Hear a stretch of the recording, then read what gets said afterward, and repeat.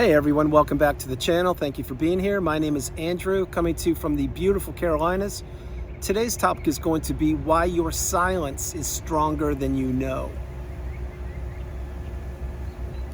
Think about that for a minute. Everyone, if you like the content, please like, subscribe, and share. So I'll jump right in. Your silence, it's something that is extremely powerful. I created a whole series, a whole playlist on your silence and how it empowers you, not only post-narcissistic relationship on the healing path, but in life in general. Your silence is something that you have always had the ability to utilize. You just didn't realize how important it was. And when you were in that narcissistic relationship, there were a few things that were going on. One is you were being silenced by the narcissist. You did not have a voice. You were not being listened to. Your hopes, dreams, aspirations, goals, everything was being put at risk because the narcissist was trying to impede your progress. They were trying to make sure you did not accomplish what you were setting out to do. And this is all by design, but when you were silenced in the narcissistic relationship, you were a shell of yourself. You lost yourself to the narcissist. You became an extension of them and you lost your identity.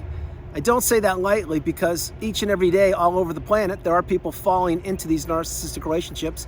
And again, there are people who are removing themselves or who are being discarded.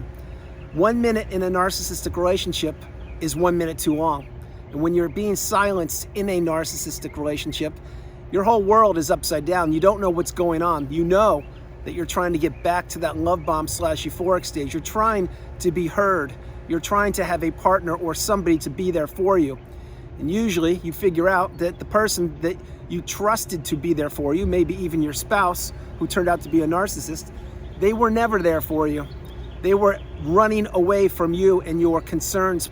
Perhaps you had some health issues, or perhaps you lost your job, or perhaps you had some medical concerns. The narcissist wasn't there for you. They ran away and they watched your life implode. They watched their lack of support affect your growth and your healing. You were silenced back then. Now, post-narcissistic relationship, you are no longer silenced by the narcissist, because my hope is you've gone no contact. You've blocked them, you've deleted them, you've removed all flying monkeys and people associated with them from that period of time. Anyone who is one step away from the narcissist needs to go. Now, if you can't do that, I understand. Utilize gray rock, become dull and boring, and get off the narcissist radar. But now, why your silence is stronger than you know. It's because this is your silence. You are not being silenced by the narcissist. You are becoming silent. And you are watching and you are observing. Post-narcissistic relationship, you'll have a lot of things to do. You're gonna have to heal. You're gonna have to slow your life down. You're gonna have to process that relationship. You're gonna have to learn about narcissism. You're gonna have to learn the definitions, the glossary, the terms on the narcissistic abusive cycle. And one thing that will benefit you, and I can assure you, it is a superpower, is when you master your silence. Not the narcissist giving you the silent treatment, not the narcissist silencing you. You understanding that your silence is stronger than you know. Because when you go no contact with the narcissist, it sends a succinct message that you are onto them. You are no longer trapped in the trauma bond. You're not living or existing in the narcissistic fog. You now have boundaries. You now see behind the mask and you understand that that relationship was a very challenging relationship, to say the least. It was unlike anything you had ever been a part of. Your whole world was turned upside down. What you thought what once was, it wasn't. The narcissist did nothing but future fake you, gaslight you, stonewall you, give you the silent treatment, triangulate you, throw rage fits on you. They did anything they could. They projected their negativity onto you. They mirrored back to you what you wanted to see in them at times. But what they did do is they ensnared you during that love bomb / euphoric stage in the narcissistic relationship, and you fell for the mask. That wasn't your fault. You weren't taught this in school. You weren't trained on how to identify a toxic person. You didn't have boundaries probably. You weren't silent. You probably overshared when you were in the relationship with the narcissist, specifically in the beginning, and actually throughout the body of it. I'm certain you overshared because the narcissist wants people to report back to them, and they don't want to offer any insight as to what's going on in their tiny little brain. They want to keep little groups and sects, S-E-C-T-S, bubbles of people away from each other, because the narcissist knows at any one moment, any one of those bubbles or groups could implode. They too could see behind the mask, and they could discard the narcissist or remove themselves from the narcissist, and they too could go silent.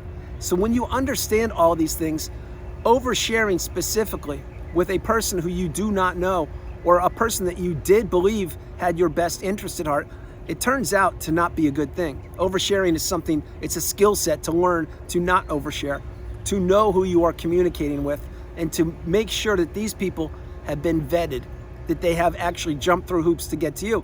But back then in the narcissistic relationship, you didn't know that. Perhaps you were a people pleaser, a yes person. Perhaps you couldn't say no, the strongest word in the English language. And remember, when you say no to something or someone, you are saying yes to yourself. But back then, you didn't know that. And you most likely were vulnerable when you met the narcissist. Again, maybe you had a health hit. Maybe you just relocated, you lost your job, you started a job, you moved into a community or a neighborhood, you just were new in a hobby group, who knows? But the narcissist saw you and they sized you up and they said, this person, which was you and is you, they don't know their value. They don't know their worth. They don't know that I'm gonna take a lot from them, including their time, their money, their energy, their effort, their love, their empathy, their status, their social circle, their hobbies, their health. I will take whatever I can from them. Why? Because it's my nature and it's what I do. Again, back then you didn't know, and you probably were talking to these people and you were letting them know a lot about you because you didn't have the wisdom. Now that you do have the wisdom, your silence is really a superpower, because you can now discern in the drop of a hat who is somebody you want to spend time with or who is somebody you want nothing to do with. You don't have to explain anything to anybody anymore. You don't have to overshare. We don't do that any longer. You don't have to defend yourself. You don't have to come home to a house and figure out who's going to be there, Dr. Jekyll or Mr. Hyde. You've gone silent. And this is the path. The path is to block the narcissist eventually. Maybe it's not today, maybe it's not tomorrow, but in time, in your time, you will understand that that will give you security, that will give you peace of mind, that will send that message to the narcissist that they don't matter to you. At one point in time, the narcissist did matter to you. At one point in time, the narcissist probably was everything to you. That's why you were the unpaid helper. That's why you were the walking apology. That's why you were the servant, the pawn. That's why you were the sounding board. You thought you were in a loving, stable, healthy relationship, and nothing, and I mean nothing, could have been further from the truth. Each and every day you were giving to a fault the narcissist was gladly taking. Every time you expected the narcissist to be there, they would disappear, or they would not show up for your events or your birthdays or anything that was important to you. Maybe it was graduation. Who knows what it was, but you could not be yourself around the narcissist. You were always walking on eggshells. You could cut the tension with a butter knife in the room when you were with them. You could be sitting right next to them in a chair or on a couch, and you had never felt more lonely than sitting right next to them than you do post-relationship when you were by yourself. Because when you're by yourself post-relationship, after you've healed specifically, you've slowed your life down. You now know what you want to do, what behaviors you will tolerate, what behaviors you won't tolerate. You now know how to spend your time, and you now know how to invest in yourself. These things you did not know back then because you were caught up in the zombie-like, trance-like state, the narcissistic fog. You didn't know that you were existing. You weren't living, you were existing, and you didn't know how you got there. The way you got there is because you fell for the mask, and you were not silent back then. You were very vocal until something pivotal happened during the devaluation stage, and the narcissist probably eventually just gave you the silent treatment, and then you got back in line and you realized, wait a minute, how do I get out of the silent treatment that the narcissist is giving me? And you didn't know what it was back then. You just know that you weren't being talked to. And what did you do? After a period of time, maybe a few hours, days, weeks, a month, I don't know, but you went and apologized to the narcissist for something you didn't even do, something you didn't even know why they were giving you the silent treatment, but they were, and they were watching you squirm. They were watching your mannerisms and the way your posture and your body was moving. They were watching you be abused by them not even communicating with you. Again, this is all abuse on the behalf of the narcissist. The silent treatment is something that children give to each other at times when they don't get their way. That is also something that the narcissist has mastered in adulthood, and they too give people the silent treatment, specifically their spouses or people that they don't want to give attention to, and they're trying to punish these people. This is how the cycle goes on. It's only one aspect of it. But again, as I mentioned, when you wrap your head around what narcissism is and how it affected you for a period of time, and you really slow your life down, you understand that your silence is stronger than you know. You don't have to explain anything to people. Think about when post-relationship, when you would try to explain to people who hadn't gone through the cycle what you were up against. It went way over their head. They couldn't wrap their head around what you were talking about, and you burnt out relationships in your own family, your friends and colleagues at work and etc., because they couldn't understand what you were talking about, and they actually probably thought that you were the one that had the problem. You don't have the problem. You were looking for someone to be there for you. You were looking for someone to be an outlet so they could at least listen to you, so you could get some of the thoughts out of your mind, and you could have somebody reasonable listen to you. And these people did it for a period of time until they couldn't do it any longer, because it's a foreign language to them. It's like an alien landing on the planet, and they've never seen the alien, so they can't wrap their head around it.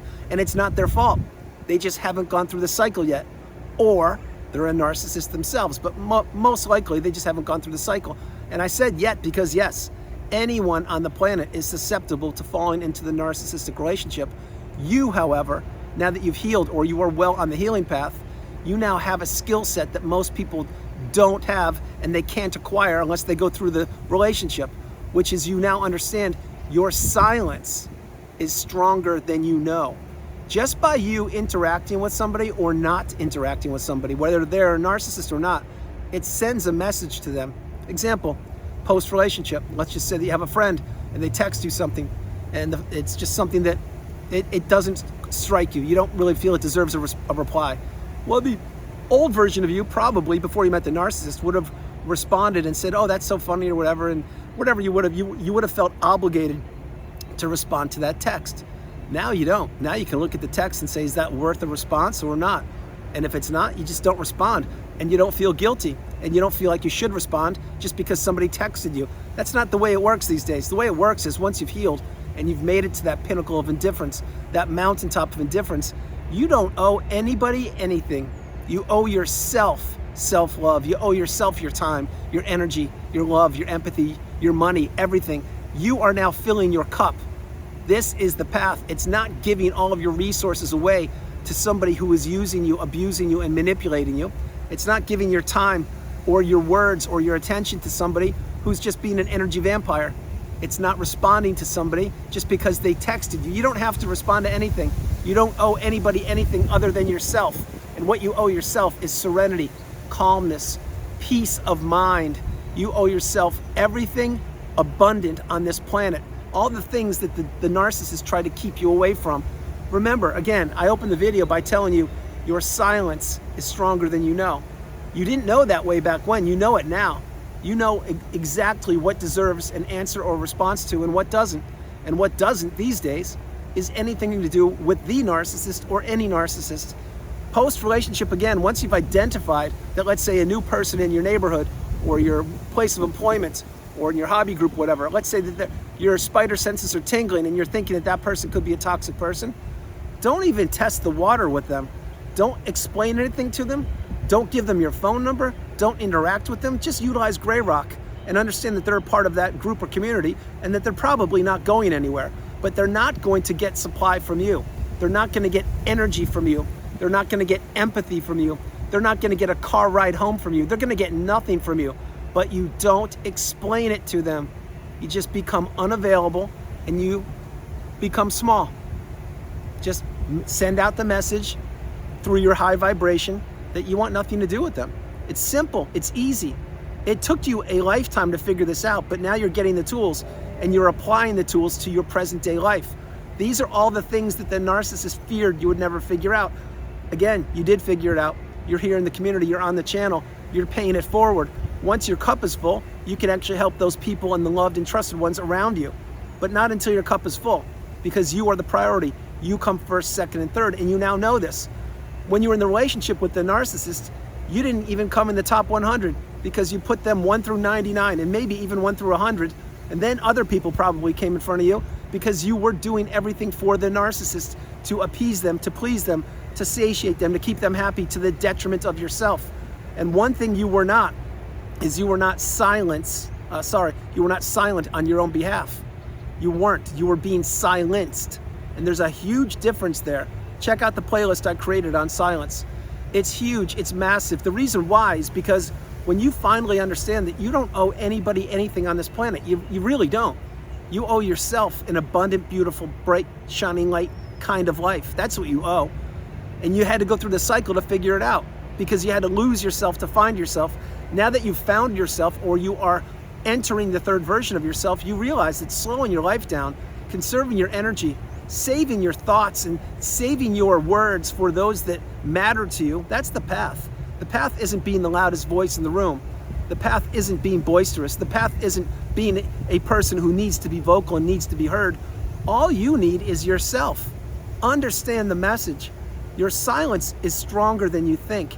It's a superpower. It honestly is, when you understand that the words that come out of your mouth, they need to be positive words. They need to be thought through properly. They need to be used in the appropriate manner.